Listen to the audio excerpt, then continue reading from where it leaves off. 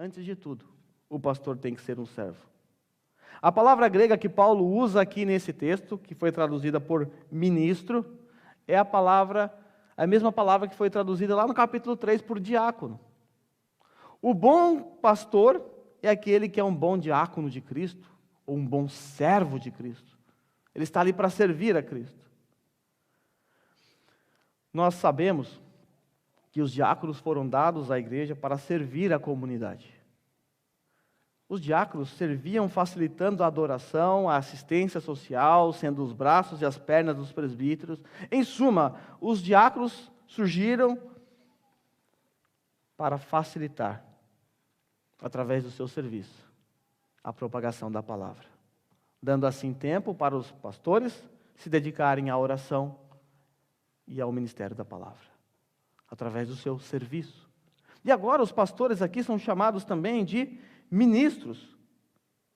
Aquele que transmite essas boas instruções são bons ministros de Cristo Jesus. Desta forma, o verdadeiro mestre é aquele que serve. Ele tem as palavras de Jesus como modelo. Jesus disse assim, Jesus, o nosso sumo pastor, ele disse: eu não vim para ser servido, mas para servir e dar a vida por muitos. Ele veio para servir o nosso Senhor. E dessa forma, os pastores devem imitar o Senhor Jesus Cristo. O bom ministro é aquele que serve a Deus, servindo a comunidade da fé. Em 1827, o reverendo Donald MacLeod, um pastor presbiteriano da igreja escocesa, ele criou o que nós conhecemos como colarinho clerical. Não sei se você já viu, aquela faixinha branca que aparece na gola dos pastores. Colarinho clerical. Essa é uma criação protestante e que se tornou popular na igreja católica. Então hoje, se você coloca aquilo, as pessoas até acham que você é padre, né? Ficou mais popular por conta do uso que os católicos fizeram a partir do Vaticano II. Mas enfim, haviam vários propósitos para o uso desse colarinho clerical quando ele foi criado. Havia a questão da identificação, mas dentre esses propósitos, um me chamou muita atenção. O colarinho clerical, ele simbolizava a escravidão.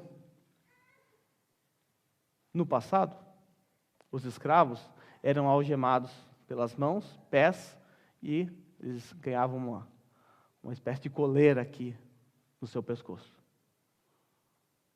Quando os pastores, ou quando o reverendo Donald MacLeod, ele criou o colarinho clerical, ele queria transmitir também essa ideia de que o ministro, ele é um servo de Cristo, para que ele não se esquecesse que ele está ali nessa posição, porque ele é um escravo de Cristo, um servo de Cristo. O pastor não é melhor do que ninguém. Ele apenas tem mais responsabilidades. Ser pastor traz muitos privilégios. Privilégios que vocês não têm. Como pastor, eu tenho tempo para estudar a palavra de Deus, que vocês não têm por conta da vida corrida que vocês vivem. E eu entendo isso. Como pastor, eu tenho tempo para orar no conforto, no sossego, sem me preocupar com o chefe, sem me preocupar com o trânsito, a maioria aqui é caminhoneiro. Eu tenho esses privilégios. Como pastor, eu tenho mais tempo com a minha família. Isso é fundamental por conta da manutenção do meu ministério. Porém, o maior privilégio do pastor é servir a Cristo. O maior privilégio do pastor é servir a Cristo, servindo a comunidade. O colarinho clerical nos faz lembrar de que o pastor está aqui para serviço, para servir. Recentemente tenho recebido bastante ligações de irmãos queridos que têm nos visitado, e eu escuto algo assim: eu não queria te atrapalhar, pastor, desculpa, não quero te dar trabalho, eu sei que você é um homem atarefado, tal, e quase que a pessoa está pedindo desculpa já, quando ela liga, né? E eu sempre digo, não precisa fazer isso. Não precisa fazer isso. São ossos do ofício. É um prazer servir a Deus servindo os irmãos. Agora, se você não pode nem ligar para o seu pastor, se você não pode nem conversar com ele, se abrir, contar seus pecados, pedir ajuda, pedir oração, pedir conselhos, então é hora de você pensar e procurar outra igreja. Se você está numa igreja assim, em que o pastor é inacessível. Não existe alto clero.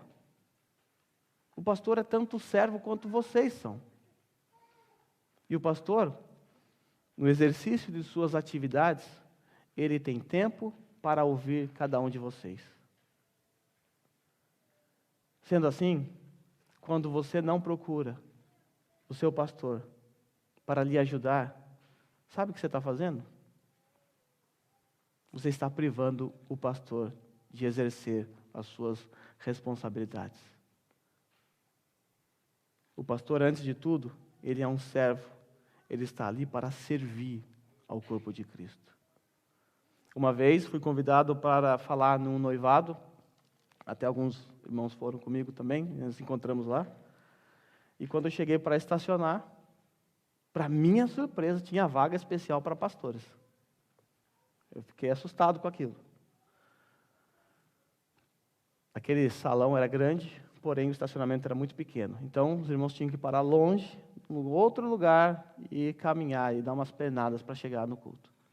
Eu cheguei lá, tinha vaga para os pastores. Até brinquei com os irmãos que estavam ali. Acho que eu vou mandar meu currículo para essa igreja aqui, que os pastores aqui estão sendo melhor tratados. Aquilo para mim foi algo constrangedor. Ter que parar numa vaga privilegiada, enquanto outros irmãos com maiores necessidades, idade avançada, dificuldade na saúde para caminhar, enquanto outros irmãos tinham que parar longe. Isso não faz sentido. Não faz sentido. Não é esse o privilégio que o pastor tem no exercício de suas funções. O privilégio do pastor é ter o seu tempo para estudar a palavra, ter a oportunidade de servir a igreja. Esses são os privilégios do pastor. Não uma vaga de estacionamento, não um tratamento VIP. Ele tem que dar exemplo. Os falsos mestres da televisão, eles não estão ali para servir aqueles que estão ouvindo. Eles estão ali para se fazer servido por aqueles que estão ouvindo. Eles invertem o papel. O falso mestre na televisão, ele vai fazer de tudo para ganhar a sua mente, para que você o sirva, dando todo o seu dinheiro para ele. O falso mestre, ele faz o contrário de um bom mestre. Ele faz você servir a ele. Para o apóstolo Paulo, então, o verdadeiro mestre é aquele que é servo de Cristo, aquele que serve à comunidade.